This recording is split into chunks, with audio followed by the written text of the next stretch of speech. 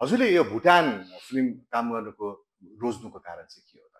मलाई स्क्रिप्ट पढ्न दिनुभयो हजुर। र स्क्रिप्ट पढ्न दिँदाखेरि चाहिँ मैले जुन अ, हास्य व्यङ्ग्य जुन गर्दै आएको उहुँ, छु उहुँ, र त्योभन्दा ठ्याक्कै एकदमै फरक ट्र्याकको उहुँ, रोल रहेछ त्यसमा। उहुँ। अनि मलाई चाहिँ अलिकति आफ्नो ट्याग पनि कहिलेकाहीँ चेन्ज गर्नु मन लाग्छ। आहा! अनि आहा! जतिसुकै सिरियस अभिनय गरेँ भने पनि बोलाउँदाखेरि चाहिँ हास्य कलाकार भनेर नै बोलाउनुहुन्छ बोलाउँछ। सबैले होइन। आहा! त्यो त्यसमै म स्थापित भएको हो। भएको आहा! तर त्योभन्दा पनि खालि हास्य मात्रै गर्ने होइन, यसले अरू काम पनि गर्न सक्छ भन्ने ओके।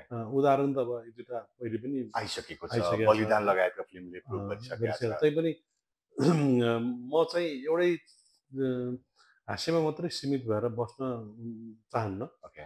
अनि यो अरू अरू भेराइएसनमा पनि काम गर्न पाइन्छ भन्ने आश लागेर अनि कथा राम्रो लागेर यसमा मैले काम देखाउन सक्छु भनेर उहुँ, पाउँछु भनेर ओके। मैले अनि त्यो फिल्म रोजेको।